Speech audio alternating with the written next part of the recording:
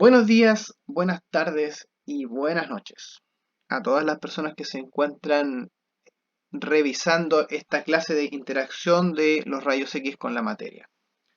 Para comenzar, quiero pedirles que si aún no han revisado la interacción de los electrones con la materia, lo puedan revisar antes de ver esta clase, ya que en algún momento vamos a tocar la radiación característica más adelante. Y sería bueno que ustedes más o menos manejen o por lo menos recuerden cómo ocurre la radiación característica en el- la interacción de electrones con la materia. Ya recordemos también que la interacción de los electrones con la materia va a ocurrir principalmente y mayoritariamente, y ahí va a estar enfocado nuestro interés, dentro del tubo de rayos X. La interacción de los electrones con la materia está pensada o a nosotros nos interesa porque ese tipo de interacciones producen rayos X. Las interacciones electrón-materia producen rayos X dentro del tubo de rayos X. Y las interacciones de los rayos X con la materia van a ocurrir fuera del tubo de rayos X, van a ocurrir en el paciente. Y eso es lo que a nosotros nos va a interesar para la clase del día de hoy. Aclarado esto, veamos entonces, los saludo. Mi nombre es Fabián Muñoz Figueroa, soy tecnólogo médico y también vamos a contar con el apoyo de la profesora Rosario Mamani, que también es tecnólogo médico, para la realización de esta clase. Recordamos un poco entonces las interacciones que van a existir de menor a mayor energía. Van a ser la dispersión coherente o efecto Thomson, el efecto Compton, el efecto fotoeléctrico, la producción de pares y la fotodesintegración. Bueno, la primera que vamos a ver es el efecto Thomson o dispersión clásica, en el cual podemos ver que en amarillo viene un fotón desde acá e interactúa con este átomo que está acá, y posterior a ello el fotón se va con la misma energía que con la que viene. Ya podría, cambia de dirección si ustedes lo quieren ver, ¿ya? Pero no trae, no genera una ionización de este átomo que está acá. Entonces es importante darse cuenta de eso, ya que la energía que trae es muy poquita, por lo tanto no genera ninguna interacción, no ocurre ionización. Esa es una de las características del efecto Thomson, no ocurre una ionización. Sin embargo, este fotón que sale podría generarnos ruido en la imagen. Ya vamos a verlo más adelante, lo vamos a considerar quizá podría considerarse como radiación dispersa, una radiación que no nos está entregando información del paciente directamente, digamos. Ya, entonces este es el efecto o dispersión clásica. Vamos a ver qué pasa si nosotros a este fotón ahora le colocamos más energía. Ya vamos a aumentar, ¿no es cierto?, en nuestra consola la cantidad de kilovolts y vamos a ver qué puede producir el efecto Thomson. Entonces se va a producir ahora con un poco más de energía efecto Compton. ¿Y de qué se trata el efecto Compton? Pues este mismo fotón que ahora trae un poco más de energía, trae la energía suficiente para interactuar con un electrón de una capa externa, no necesariamente la más externa, ¿eh? Podría ser la capa de acá también, ¿ya? Pero generalmente este efecto Compton se va a dar en las capas más externas del átomo, ¿ya? Supongamos que es la capa más externa en este caso. Entonces este fotón retira a ese electrón y además, si ustedes se fijan, el fotón sale con una dirección diferente y además de haber cambiado su dirección, la longitud de onda que lleva también es distinta porque gastó energía. ¿Y en qué la gastó? Gastó energía para remover este electrón que está, ¿no es cierto?, en este orbital. Cuando los electrones están en los orbitales, ellos tienen una energía que se mide en kiloelectronvolt. Ya, entonces yo para poder producir un efecto Compton tengo que tener este fotón con la energía mínima para romper este enlace en kiloelectronvolt y además salir ¿no es cierto?, en una dirección. La dirección del fotón en este caso es aleatoria, ¿ya? Incluso podría ser retrodisperso, podría devolverse en 180 grados el fotón, ¿no es cierto?, generando una radiación retrodispersa. Eso también podría ocurrir, ¿ya? Entonces este es un poco el efecto Compton y cómo ocurre. ¿Qué es lo interesante de esto también? Ustedes se fijan, el átomo, como pierde un electrón, en este caso se transforma en un ion, por lo tanto el efecto Compton además ioniza la materia y es uno de los principales efectos, ¿no es cierto?, que nosotros vamos a tratar de evitar, porque este efecto también, como el fotón sale con una dirección, digamos, aleatoria, este efecto, por lo general, en las energías donde queremos ver hueso, por lo general, no voy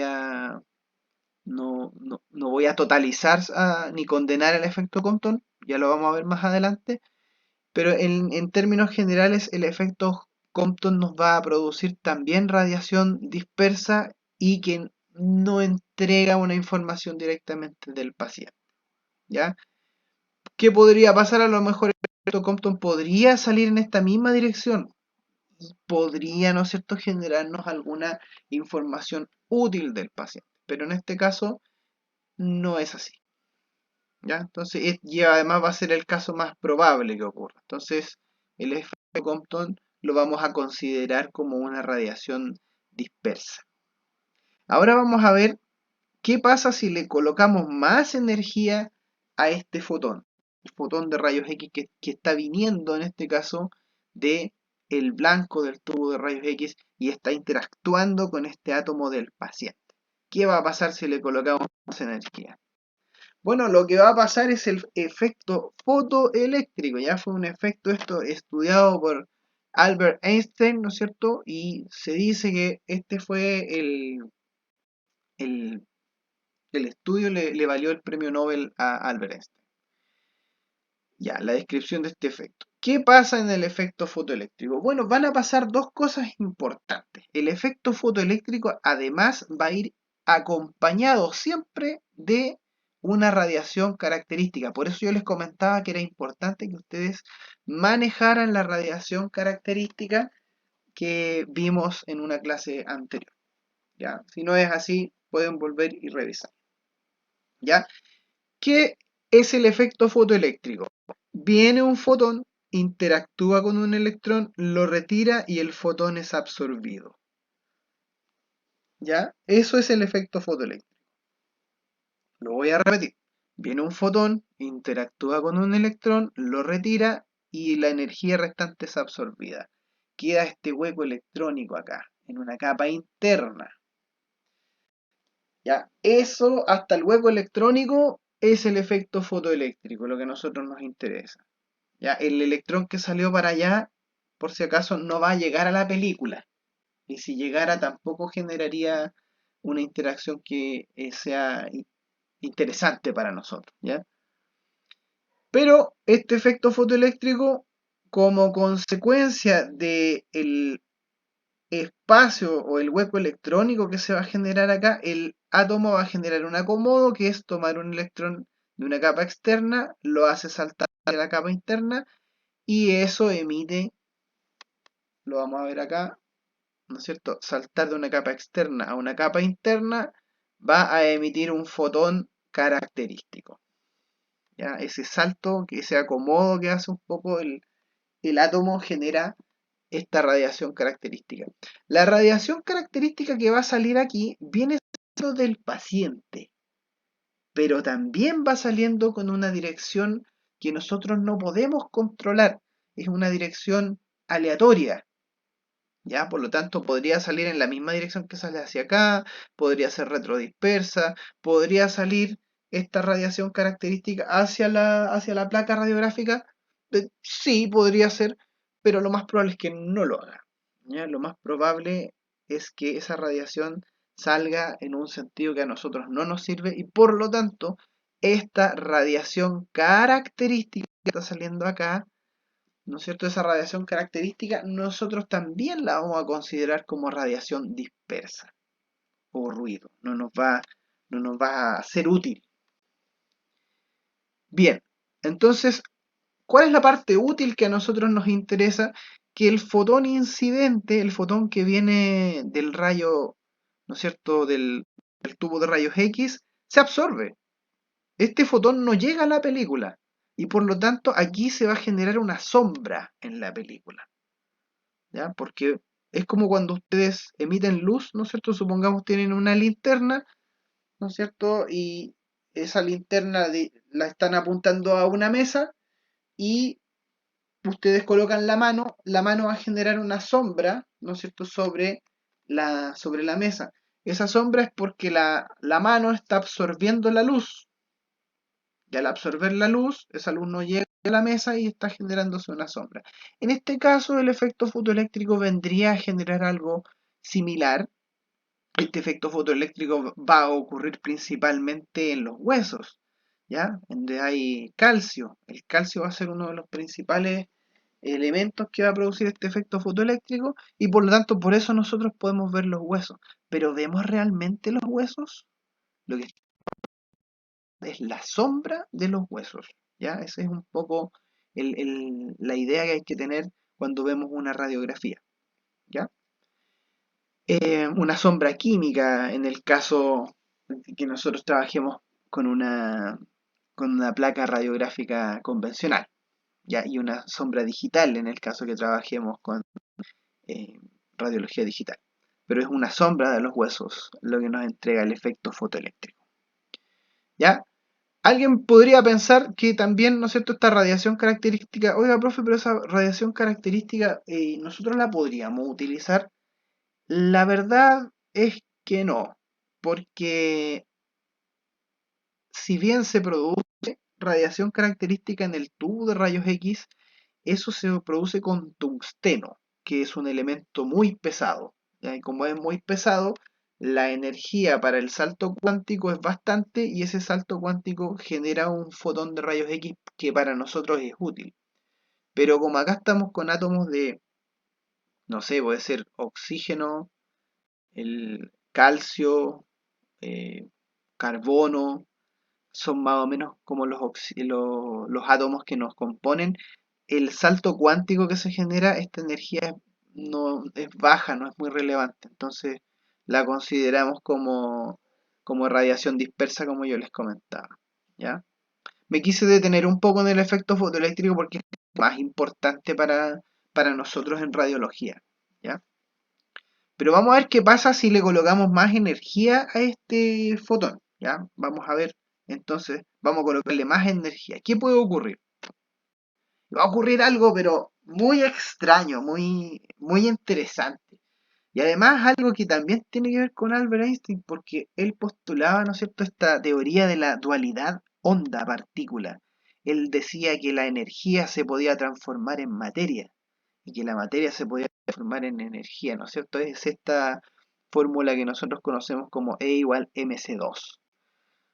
¿Qué ocurre? Tenemos un fotón que tiene, comillas, tanta energía que no interactúa con las capas de electrones, no interactúa con los electrones. Él quiere llegar al núcleo del átomo y va a intentar llegar al núcleo del átomo. Pero el núcleo del átomo también tiene carga.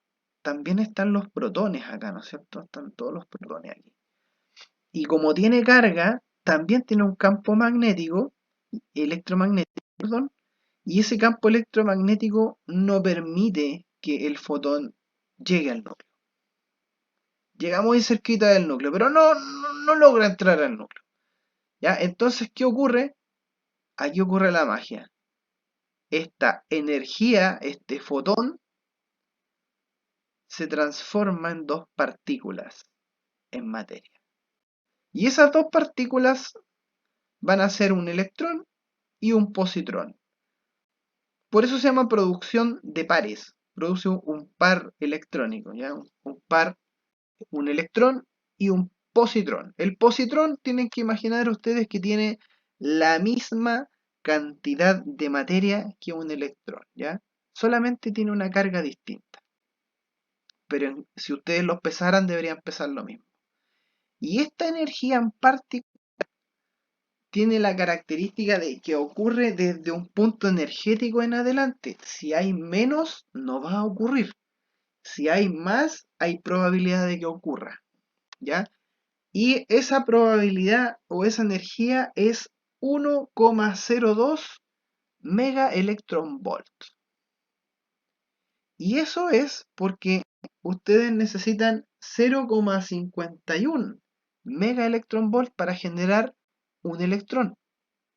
Pero en este caso, como necesitamos, o el efecto produce estas dos partículas, una materia y una antimateria, si ustedes lo quieren ver así, ¿ya? Como produce estas dos partículas, va a necesitar el doble de 0,51 MeV. Ya necesita la energía equivalente al peso de un electrón, dos veces. Solamente que el otro electrón tiene carga positiva. Entonces, como es el doble, en vez de 0,51 MeV, que es lo que corresponde a un electrón, vamos a utilizar el doble, que es 1,02 MeV, y con eso, con esa energía mínima que tiene que tener este fotón, esa energía mínima puede transformarse en materia, ¿ya? Y si hay más energía de esa, entonces se va a repartir como energía cinética para este, se reparte en partes iguales, ¿no es cierto?, en energía cinética para este electrón y este positrón, para que además puedan salir del el núcleo y del átomo en sí, ¿ya? Entonces, esta parte es muy interesante, como les digo, comprueba de que la energía sí se puede transformar en materia, ¿ya? Y aquí estamos viendo cómo se logra. Así que ya estamos viendo estos efectos un poco extraños. Para nosotros, como nosotros no vamos a ocupar 1,02 megaelectronvolt en tomar una radiografía, ¿ya? Para nosotros que vamos a estar en rayos X trabajando probablemente no nos sirva mucho, ¿ya? Pero en otras especialidades, por ejemplo en medicina nuclear y en PET-CT, ¿no es cierto? Ellos utilizan estas energías y ellos sí ven estos fenómenos, ¿no es cierto? Y lo utilizan para, eh, para diagnosticar o para realizar algún tipo de tratamiento, ¿ya? Así que ahí en PET-CT o en medicina nuclear a lo mejor ustedes los van a utilizar. Ya, pero pongámosle más energía, profe, al fotón. ¿Qué va a pasar? Pongámosle más energía, entonces, a ver qué podría ocurrir. ¡Pah! Ocurre la alquimia. ¿Qué pasa? Tenemos un fotón que tiene tanta energía que este fotón es capaz de sacar un fragmento nuclear. Puede ser un protón con un neutrón, por ejemplo. ¿Ya? ¿Y qué pasa si a un átomo nosotros le quitamos un fragmento nuclear que a un protón? Le quitamos su identidad, ¿ya? Lo transformamos en otra cosa. Por eso yo les decía que esto es alquimia, ¿ya? O sea, transformamos un elemento en otro. Entonces esa es la fotodesintegración. Como esto requiere energía bastante elevada, ya sobre 10 MeV, megaelectronvolt, probablemente esto se va a realizar, no sé, en una central nuclear a lo mejor, ¿ya? Y con esto ustedes podrían trabajar también generando isótopos radioactivos, ¿ya? Porque al eliminar un fragmento, ustedes van a generar otro elemento y probablemente ese elemento sea radioactivo. No sé, yo 131, por ejemplo. Bueno, y los isótopos radioactivos que ustedes utilizan en medicina nuclear, ¿ya? Entonces, vamos a generar otro elemento. Y esas son las interacciones que nosotros vemos, ¿ya? Quiero tocar también un concepto que se llama absorción diferencial, ¿ya? Lo vamos a ver un poquito más holgado, y resulta que esta absorción diferencial nos va a interesar principalmente la dispersión o el efecto Compton y el efecto fotoeléctrico. Si ustedes se fijan acá en el diseño de este dibujo, acá, ¿no es cierto?, vienen algunos fotones de rayos X, y acá hay absorción, dice fotoeléctrica, ¿ya? Aquí supongamos que está la clavícula, no, la clavícula no. Supongamos que está la costilla del paciente y esa costilla tiene calcio y se está generando absorción ahí, ¿ya? Y estos fotones no llegan a la película, ¿ya? Por ejemplo, este de acá a lo mejor va a llegar al receptor de imagen a la película, pero el resto está siendo absorbido. Por eso yo les decía que genera una especie de sombra ósea en el receptor de imagen. Ya, acá tenemos algunos rayos X que están cruzando el cráneo del paciente y están llegando al receptor de imagen. Ya, eso es porque llevan energía suficiente como para no generar absorción fotoeléctrica. Y acá el efecto Compton, la verdad que nos va a estar acompañando siempre. Ya, el efecto Compton siempre va a estar presente en la toma de algún examen. Puede generarnos alguna utilidad también, pero en general nosotros lo tratamos como ruido. Ya el efecto Compton que podría sernos útil es alguno que vaya en esta misma dirección. Podría transmitir algo de ¿cómo se llama?, de información. Bueno, características de la absorción diferencial.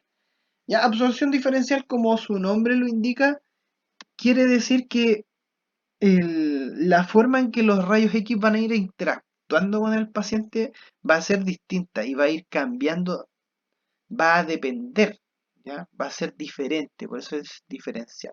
Se va a absorber de manera diferente. Y esa absorción diferencial va a tener las siguientes tres características que están acá, ¿ya? Primero que todo, va a depender del número atómico del tejido.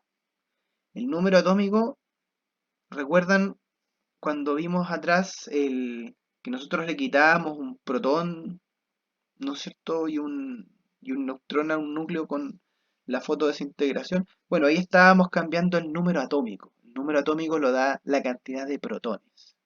Y el número atómico nos dice a nosotros qué elemento es el que está ahí, ¿ya? Entonces, volviendo un poco a lo que es rayos X, el número atómico que tiene el tejido nos va a hacer y generar una absorción diferencial. También la densidad que tenga la masa. Ya la masa, ¿no es cierto?, puede tener cierta densidad, ya sea por la condensación del tejido, por la construcción de la misma, o también por el número atómico que tenga ese tejido, ¿no es cierto? Pero la cosa es que va a haber una densidad, va a haber masa que es más densa que otra. Y esa densidad de la masa nos va a generar una absorción diferencial también.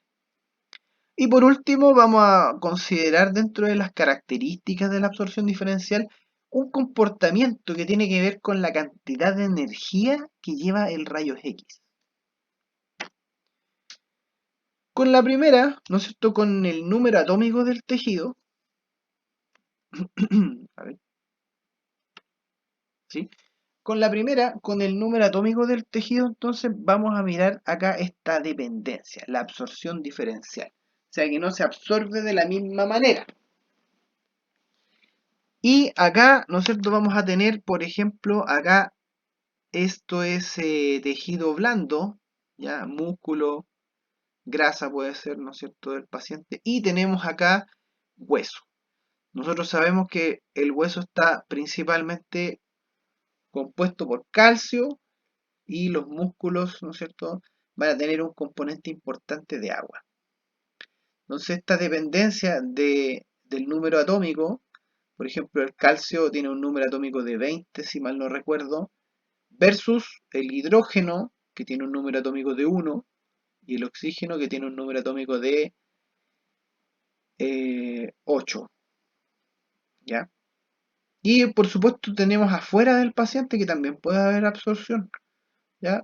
Muy pequeña, pero también hay oxígeno, también hay dióxido de carbono, nitrógeno, hidrógeno, vapor de agua y todos los componentes que puede que hayan en el aire que esté rodando al paciente, metano incluso, ¿ya? A ver, Entonces esa es la dependencia que tiene del número atómico. ¿Ya? Dependiendo del número atómico va a ser cómo se va a absorber. Y eh, para tenerlo un poco claro, ¿ya? Y entender esto, ¿qué hace? Surgía esta pregunta, ¿qué hace que un elemento de la tabla periódica sea diferente a otro? Y acá es lo que yo les comentaba, precisamente es el número atómico, ¿ya? Acá nos está hablando del número atómico, por ejemplo, del fierro. El número atómico, como yo les comentaba, es este número que aparece acá y que, bueno, dato rosa, hasta el calcio, hasta el número atómico del calcio, la masa atómica, que es otra cosa, suele ser aproximadamente el doble de el número atómico. Ya, porque hasta el calcio hay relativamente una cantidad simétrica de protones y neutrones. Es decir, por ejemplo, miren acá el oxígeno, ya yo tengo 8 protones y el doble es 16. Entonces eso quiere decir que hay un protón por un neutrón. Lo mismo el carbono, acá aproximadamente 12, ¿no es cierto? Hay un protón por cada neutrón. Y eso ocurre aproximadamente hasta el calcio. Después del calcio, ¿no es cierto? Acá tenemos el silicio, ya ese número de neutrones que requiere para la estabilidad del núcleo empieza a aumentar, ¿ya? Cada vez voy a necesitar más. Miren acá, por ejemplo, 25 tiene este magnesio. Cada vez yo voy a ir necesitando más neutrones para tener un núcleo estable, ¿ya? Y eso también tiene que ver un poco con la masa del átomo. Pero lo que a nosotros nos va a interesar es el número atómico, es decir, este valor que está acá. Y este valor lo dan la cantidad de protones que tiene el átomo. ¿Ya? Entonces acá, por ejemplo, este oxígeno, supongamos que yo le, lo irradio con una fotodesintegración y le saco dos protones, entonces este oxígeno se transforma en carbono. Por eso les decía yo que la fotodesintegración viene a funcionar como una especie de alquimia. Cada uno de estos elementos se van a encontrar en el cuerpo del ser humano y, por supuesto, nosotros dentro de nuestro organismo tenemos hidrógeno, carbono, oxígeno, calcio. mm, Ya, esto sí está en la sangre, pero también muy poca densidad, ¿ya? Em, También sabemos que, por ejemplo, nosotros utilizamos medios de contraste. Fíjense la nube electrónica que tienen, ya el yodo y el bario tienen nubes electrónicas grandes, de 53 electrones, acá 56 electrones. Ya son números atómicos grandes. Y también el plomo, que acá no me acuerdo, creo que es 82, ¿ya? Buscar ahí cuál es el número atómico de esto. Creo que es 82, no me recuerdo bien. ¿Ya? Pero también tiene una nube electrónica tan grande que esto absorbe mucha radiación. Por eso a nosotros nos sirve, por ejemplo, como protectores. Lo utilizamos para plomar paredes, para cubrirnos nosotros. Utilizamos el plomo eh, como protectores gonadales, tiroides, etcétera. ¿Ya? Estos elementos entonces, como tienen un Z alto, tienen una nube electrónica densa y por lo tanto funciona como un escudo y absorben mucha radiación. Absorben radiación, absorben radiación. Acá también absorbe radiación. Este es uno de los principales elementos que genera efecto fotoeléctrico al absorber fotones en radiología convencional o radiología digital. ¿Ya? Y para acá ya es un poco más laxo. Por ejemplo, acá este tiene solamente un electrón. El Z es uno, por supuesto, tiene un puro protón. Incluso los amigos ahí de resonancia magnética al hidrógeno le llaman el protón. No hablan de hidrógeno en el agua, por ejemplo, hablan de protones en el agua. ¿Ya? Entonces, esto es importante dentro del cuerpo humano porque en definitiva la cantidad de electrones va a generar, ¿no es cierto?, una absorción diferente. Por ejemplo, el oxígeno, la probabilidad de absorción va a ser mucho más baja que la del calcio y para qué hablar de la del hidrógeno, que es la mínima, ¿ya?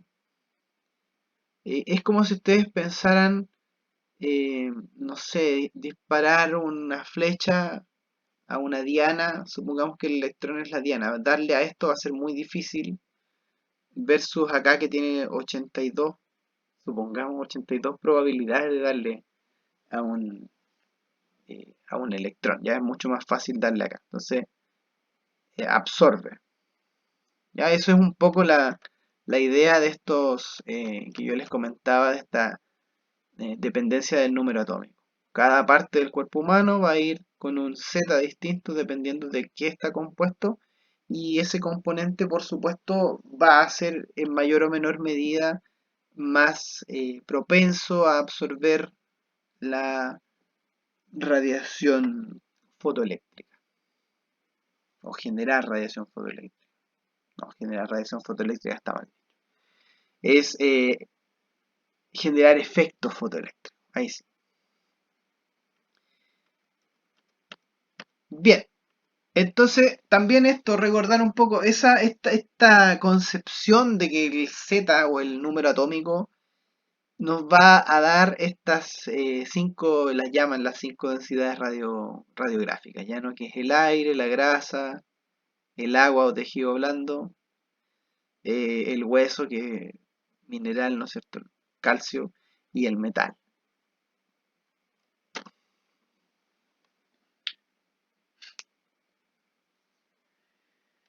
También dentro de la dependencia del número atómico del tejido, vamos a tener este pequeño gráfico, ¿ya? Y ustedes acá pueden ver que el efecto fotoeléctrico no está a la misma, a- a- para el mismo elemento, ¿ya? A ver, quiero que lo revisen esto. Plim, plim.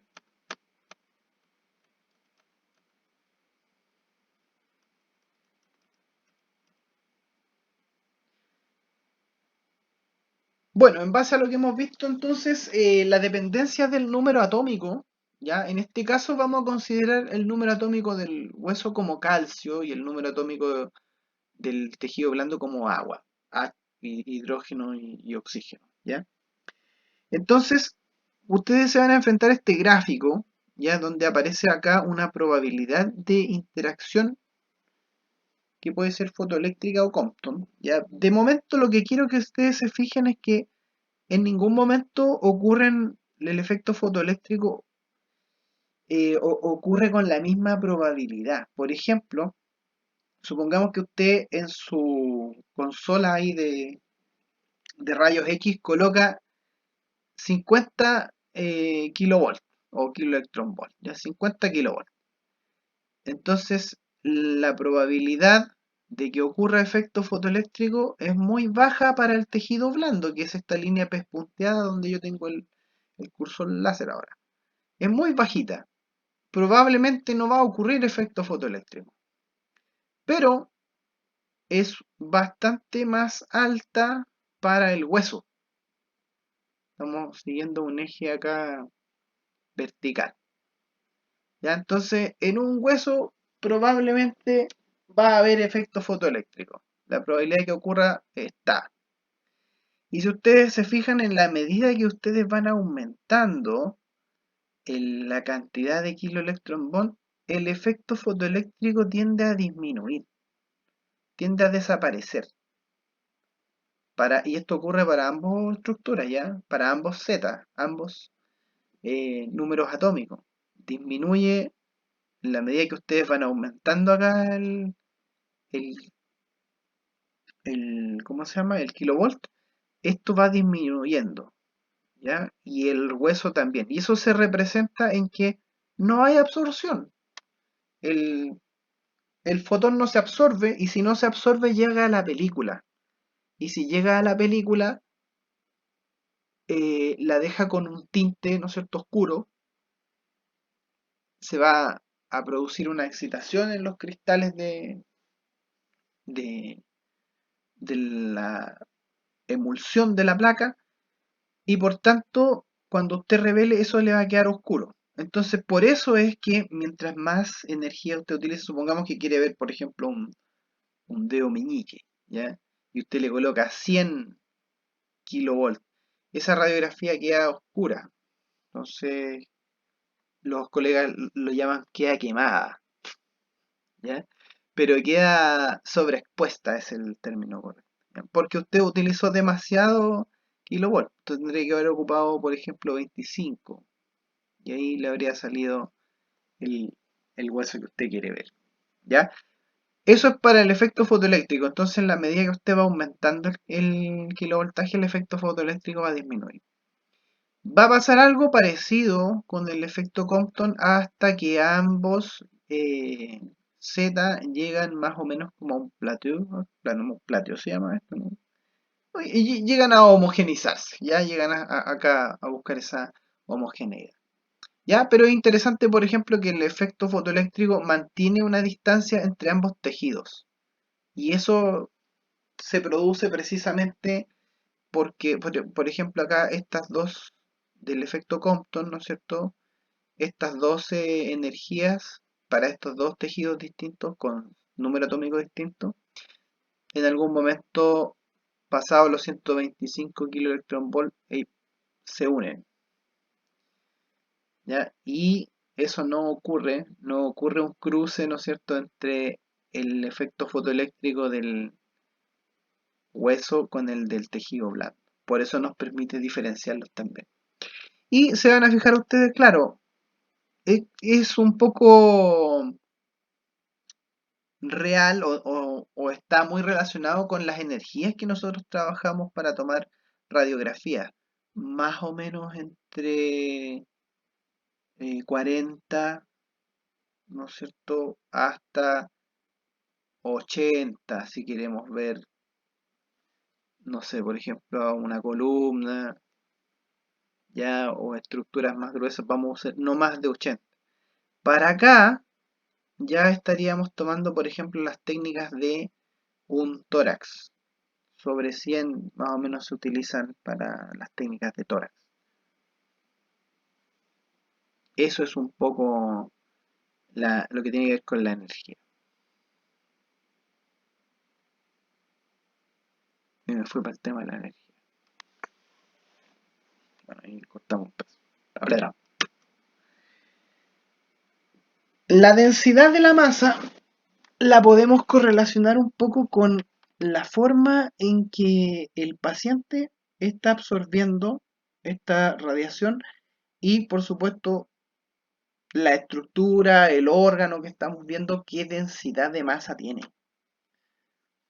Por ejemplo, acá tenemos esta tablita. Esta tablita no es para que se la aprendan de memoria, ¿eh? Solamente para que ustedes vayan comparando. Por ejemplo, el pulmón, ya lo comparamos, el pulmón tiene una densidad de masa de 320 kilogramos por metro cúbico. Ya, esta es la densidad. Bueno, ustedes han visto un pulmón, ¿no es cierto? Se lo imaginan. Es un órgano esponjoso, que mayoritariamente compuesto de aire, también tiene un poco de agua, pero en general suele ser un elemento con poca densidad, porque su función no requiere ser muy denso, ¿ya? Basta con esta densidad para que sea funcional. Es uno de los órganos, como acá sale, menos denso que hay. Y el hueso es uno de los órganos más densos que hay, por lo tanto su construcción de masa requiere, y su función, ¿no es cierto?, su fisiología, requiere que ese órgano sea denso. Si ustedes ven la grasa aquí también, ¿no es cierto?, los tejidos blandos, el músculo tienen esta densidad. Acá dice 1000, ya 1000 kilogramos por metro cúbico. Ya, y acá, por ejemplo, algunos materiales de contraste. El aire 1,3, lo que nos hace diferenciarlo del pulmón, ya, muy, muy bien. El bario, miren el bario acá, por ejemplo, esto 3500 es su unidad, su densidad. Son muy densos, el yodo igual, por lo tanto nos permite utilizarlos como medios de contraste, ¿ya? Por eso utilizamos aire, bario y yodo como los principales materiales de medio de contraste, ¿ya? Esos van a ser nuestros principales medios de contraste. Y cambia su densidad de masa dada la estructura con la que está hecho ese compuesto. Acá tenemos, por ejemplo, el calcio, ya el hueso es un poquito más duro, el calcio da la aleación o el compuesto que se genera ahí, la hidroxiapatita, el hormigón, el molibdeno, acá está el tungsteno, por ejemplo, un material súper denso, ¿ya? Nosotros recordamos que este es el material que utilizamos para generar rayos X, el plomo es denso, igual lo utilizamos para absorber rayos X, ¿ya? Entonces, ¿qué tan denso es la construcción de un órgano o de un material específico? También va a generar, ¿no es cierto?, una dependencia hacia la absorción diferencial. Y para el último comportamiento, vamos a volver un poco a este gráfico y acá vamos a mirar la energía del rayos X. ¿Qué es lo que tenemos que ver?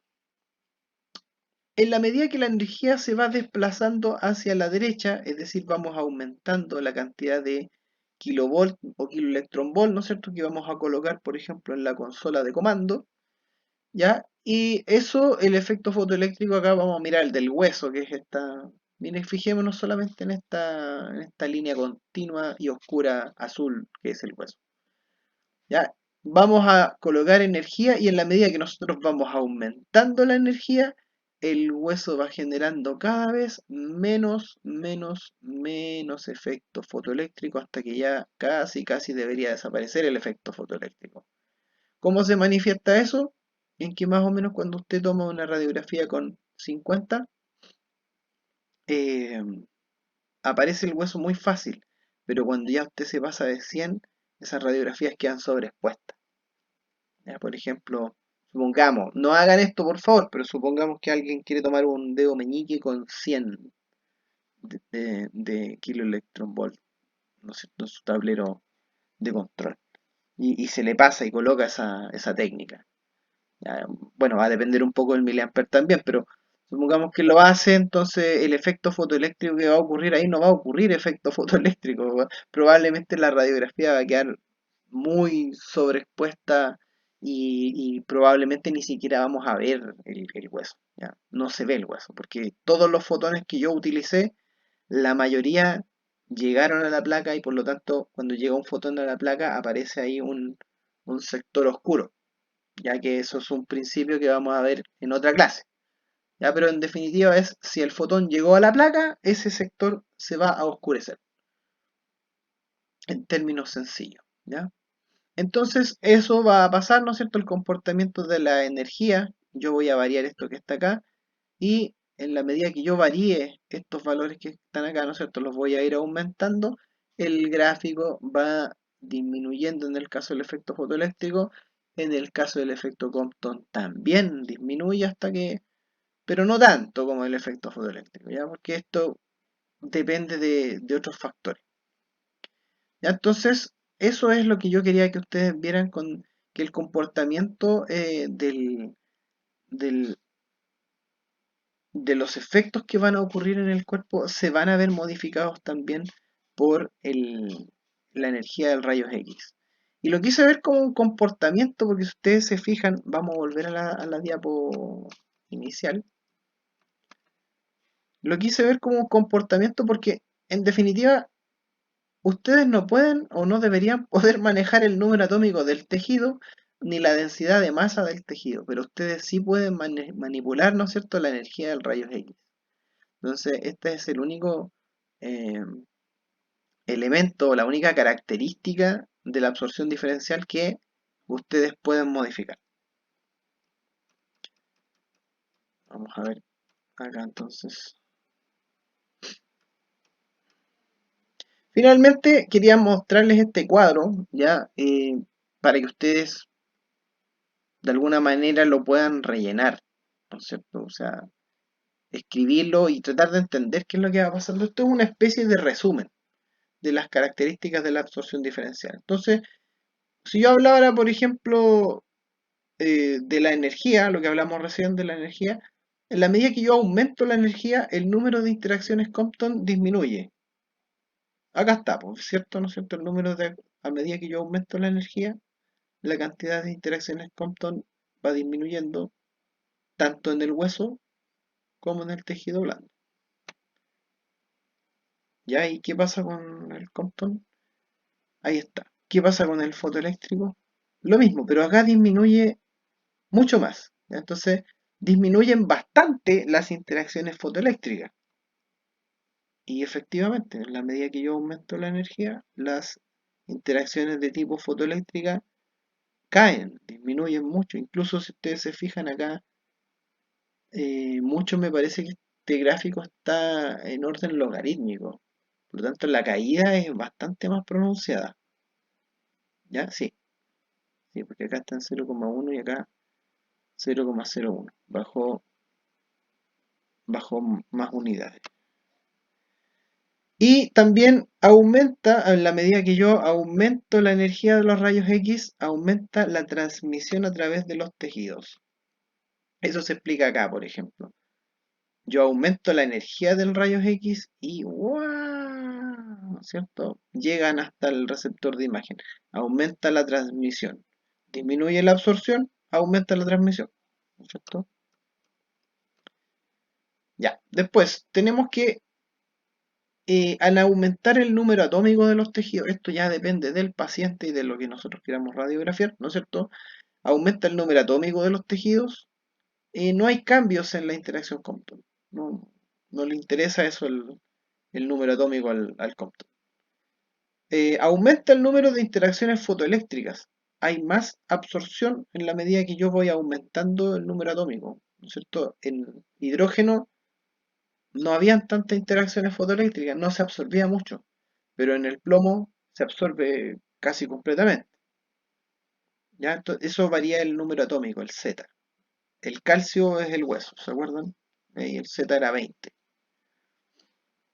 Y por supuesto, si aumenta la interacción fotoeléctrica, hay absorción. Y si hay absorción, entonces no se transmiten los rayos X hacia la película. ¿Ya? Entonces, esto a ustedes le está indicando que el otro es el que disminuye. Si aumentamos la densidad de masa de los tejidos, ya el grosor, el espesor o la condensación del tejido en sí, si eso aumenta, dice acá que aumenta proporcionalmente las interacciones Compton, aumenta proporcionalmente las interacciones fotoeléctricas, esto es absorción, y disminuye la transmisión de los rayos X. ¿Ya? Mientras más denso es un tejido, ¿no es cierto? Mientras más denso, más espeso es un tejido, más absorbe también.